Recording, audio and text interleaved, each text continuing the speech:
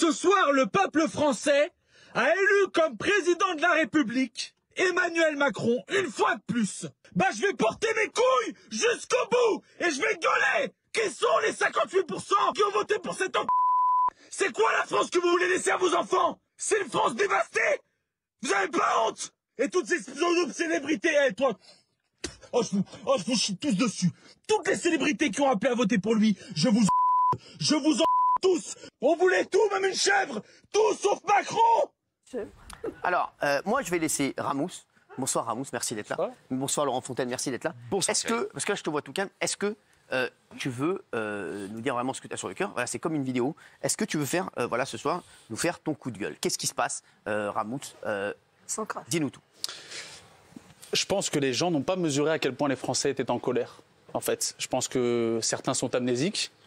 Il n'y a que la vérité qui compte, mais moi, je vais vous dire la vérité. Je vais vous apprendre à compter les erreurs que Emmanuel Macron a fait. Oula. Emmanuel Macron, c'est quand même le... On est encore en campagne ce soir. Je crois que ça a été déjà décidé par les Français hier soir. Hein. D'accord, ok, mais je vais quand même vous expliquer un petit peu pourquoi est-ce que les gens sont en colère. Donc les gens sont en colère parce qu'en fait, Macron, c'est quand même le mec qui a éborgné des gens. Non, mais... Qui a arraché des mains. Non, mais c'est important de... Non, mais la campagne est terminée. Alors, Madame Géraldine Maillet, si je peux parler, parce que vous avez le monopole de la parole, et que chaque fois... On a l'impression qu'on est à la fin du débat. Laissez-le parler. Déjà, derrière mon téléviseur, j'en ai marre d'entendre la voix de Géraldine Maillet couper tout le monde. Donc, si je peux continuer jusqu'à la fin, ça serait génial. Merci beaucoup, madame. Regardez-moi dans les yeux quand vous me parlez. Et pourquoi vous pensez que j'ai... Regardez quand vous m'avez parlé. Ah, là, je vous fais du harcèlement, non? Comme Cyril? Ah non, je pose la question. Monsieur Laurent, non, je suis agressif parce que je suis en colère, j'ai le droit. Bien sûr, oui, mais enfin, vous n'êtes pas attaqué, donc... Donc, il y a un moment où il faut arrêter de faire semblant de ne pas comprendre les Français. Je pense que votre président, en tout cas, c'est le mien aussi, mais je le regrette, c'est quand même quelqu'un qui a fait beaucoup de mal, qui est méprisant, qui a insulté son peuple. Il l'a insulté à plusieurs reprises. Les gens ne se sentent pas représentés par lui, ne se sentent pas proches de lui. Donc, vous avez quand même dit que les électeurs de Marine Le Pen étaient tous des racistes, c'est ça? Jamais j'ai dit ça, mais... D'accord, ok. Vos copains disent que je l'ai dit, ouais. J'ai dit que... Alors, attendez, je vous arrête tout de suite. Qui sont mes copains? Qui sont mes copains? Qui sont mes copains? Tous les gens qui font le même boulot que vous sur le même boulot que moi? YouTubeurs, TikTokers, qui chauffent les gens. Ah d'accord, non, parce que votre boulot, vous, c'est faire la promotion Macron, d'accord, ok. Non, je n'ai pas dit que les électeurs étaient racistes. Moi, je n'ai pas été payé. Je n'ai jamais dit que les électeurs d'Éric Zemmour étaient fachos. J'ai dit il y a parmi les électeurs de ces deux partis des gens qui sont de vrais réels. Et il y en a aussi des fascistes chez le camp d'Emmanuel Macron. 200 fois, ça n'empêche que dès maintenant, là, il y a déjà des tweets qui partent en disant Fontaine traite tous les électeurs de Marine Le Pen de fachos. Vous êtes habitués, c'est pour ça qu'on ne peut rien dire. Vous êtes en colère en permanence. Ah d'accord, excusez-moi, je dois avoir le monopole de la parole dans les médias alors, non? Plus que moi, en tout cas. Moi, je suis passé par 500 000 personnes. Je voudrais dire, en tout cas, Ramous, et vous êtes la version marocaine du... Je pense que c'est la personne avec laquelle je vais être le plus proche ce soir. Vous êtes la version marocaine du Gomano. C'est vrai. Non, mais c'est fou, c'est vrai, c'est le bail, c'est le même style. C'est un peu ça. Pour vous détendre un peu, mon Mais oui, il faut qu'on vous détende, parce que là, on peut échanger. Bien sûr, je suis en colère parce que c'est compliqué.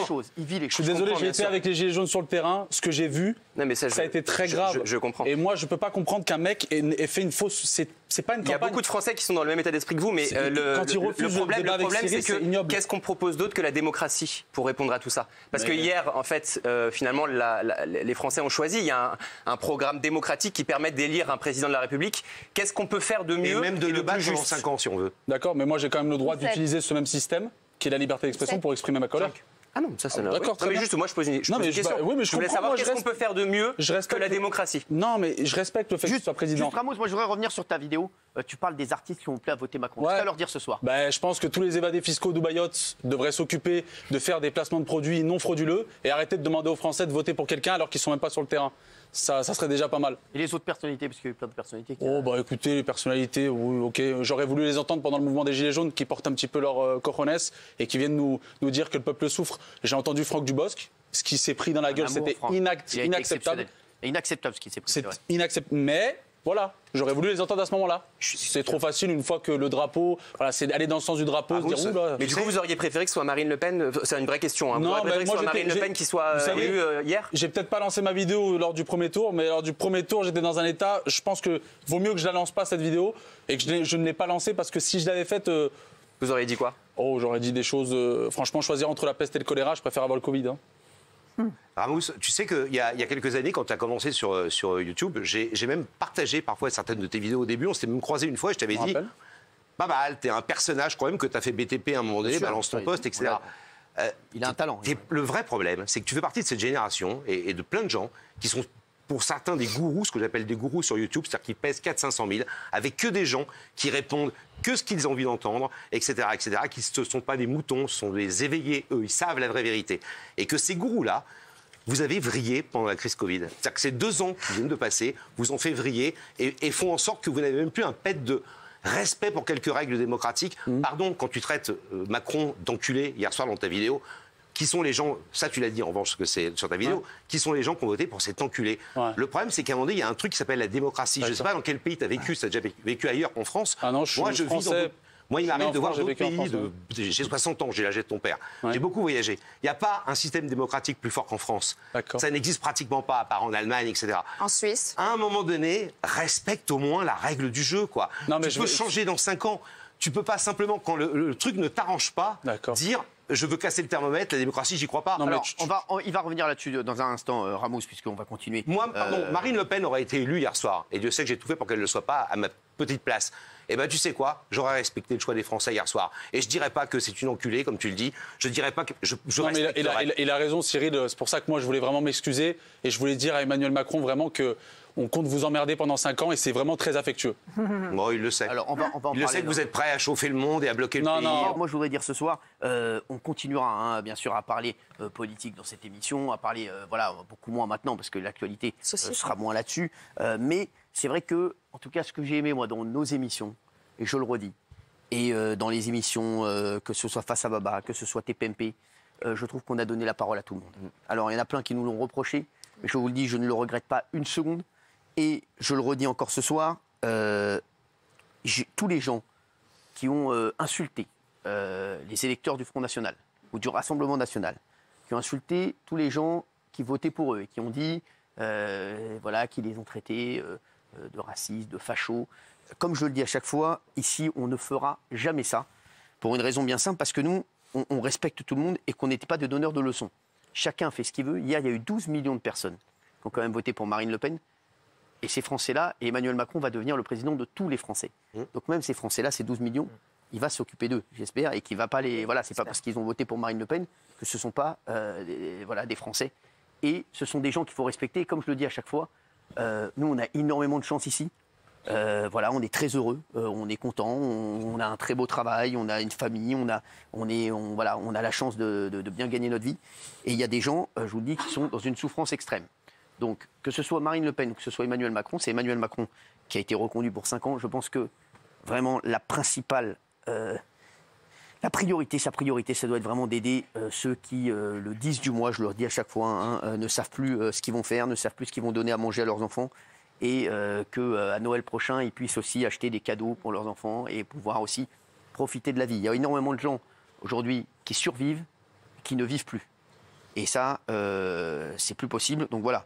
Donc vraiment, je vous le dis, ici, on ne jugera jamais personne. Chacun fait ce qui lui plaît, chacun vote pour qui il veut. Voilà. Aujourd'hui, il y a eu un résultat. C'est Emmanuel Macron qui a été élu président. Et pour ceux qui ont voté pour lui, ils sont très contents. Ceux qui n'ont pas voté pour lui sont moins contents. Et maintenant, il va falloir qu'on soit tous dans la même direction, je pense, pour pouvoir avancer. Et tous les gens qui contestent le vote, qui disent on va essayer de faire des actions, je pense vraiment que ce n'est pas la bonne solution. Au contraire, je pense qu'il faut qu'on essaie vraiment d'être tous ensemble maintenant. Il y en a qui sont très heureux, il y en a qui sont moins heureux. Mais ce n'est pas en étant les uns contre les autres qu'on va faire avancer le pays. Donc là, je pense qu'il faut essayer d'être le plus soudé possible. Et c'est vrai que s'occuper des gens qui en ont le plus besoin. Et c'est vrai qu'il y a énormément de gens en difficulté. Je pense que les 12 millions de personnes qui ont voté pour Marine Le Pen, ce ne sont pas des fous, ce ne sont pas des racistes, ce ne sont pas des gens qui veulent le chaos. Ce sont juste des gens qui ont envie qu'on leur parle, qu'on se tourne vers eux et qu'on les entende. Voilà, c'est tout. Non seulement qu'on les entende, mais qu'on les écoute aussi. Ramos, je pense que c'est ce message-là aussi que tu voulais faire passer. Parce que Ramos, on sait très bien, Ramos, c'est pas un garçon qui peut être traité de raciste. Donc Ramos, il est juste comme tous ces Français qui sont en détresse. Il voit la détresse des Français surtout. Il la voit. Et il la ressent sur les réseaux sociaux et il se dit, à un moment, j'ai envie de bouger. C'est ça. Moi, cette vidéo, je l'ai faite parce que si j'ai pensé à tous ceux qui se sont abstenus d'aller voter. Ça, je pense qu'ils ont largement contribué à ce que le deuxième tour soit encore. Mais il y a un ras-le-bol. Moi, je ne juge même pas ceux qui ne sont pas allés voter. Je te le dis, il y a aussi un ras-le-bol. Les gens, ils ont dit de toute façon, il y a tellement de gens qui se disaient de son c'est joué d'avance. Et puis il y a des gens, il n'y a aucun des deux candidats qui ne leur plaisait. Qui se sont dit, moi, Emmanuel Macron, il ne me correspond pas. Marine Le Pen, elle ne me correspond pas. Écoute, la meilleure chose que j'ai à faire, c'est d'aller faire un tennis ou de rester chez moi ou de rester avec mes enfants. On se plaint pas derrière, quoi. Enfin, je suis d'accord. Non, on se plaint pas derrière. Mais on se plaint pas le lendemain, quoi. Le problème, c'est qu'on a vécu 5 ans où il y a eu énormément de mouvements sociaux. Il y a eu les gilets jaunes, il y a eu les antivax, il y a eu énormément de gens qui sont sortis dans la rue. Moi, j'en ai voulu aux gens qui sont sortis. 300-400 000 personnes. Et qui ne sont... Pardon ? Tu dis, il y a énormément de gens qui sont descendus de la rue, je donne le chiffre, c'est au plus haut de la vague, 300-400 000 personnes dans les rues.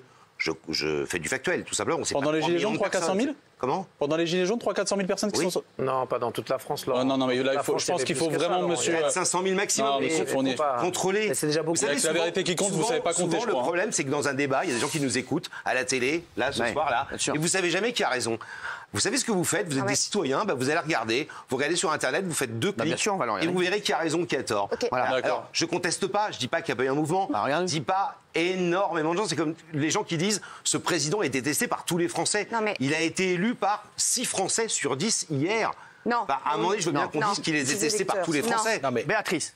Alors, déjà, il a été élu, moi je conteste rien du tout, voilà, il est président, etc. C'est bien de le répéter, voilà. Il n'a pas été élu par 6 Français. Non, mais moi, voilà.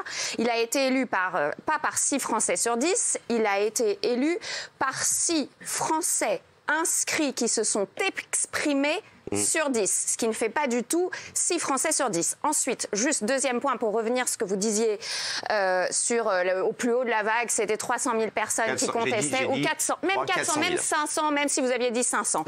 Pardon, mais on est dans un pays où il y a plus de 10 millions de pauvres, où la pauvreté s'est accrue pendant son précédent quinquennat. Selon les petits frères des pauvres, il y a 500 000 personnes dans ce pays en situation de mort sociale. Vous savez ce que c'est la mort sociale? C'est des gens qui appellent la poste pour leur demander de les appeler une fois par mois pour voir s'ils ne sont pas morts seuls chez eux. Vous comprenez?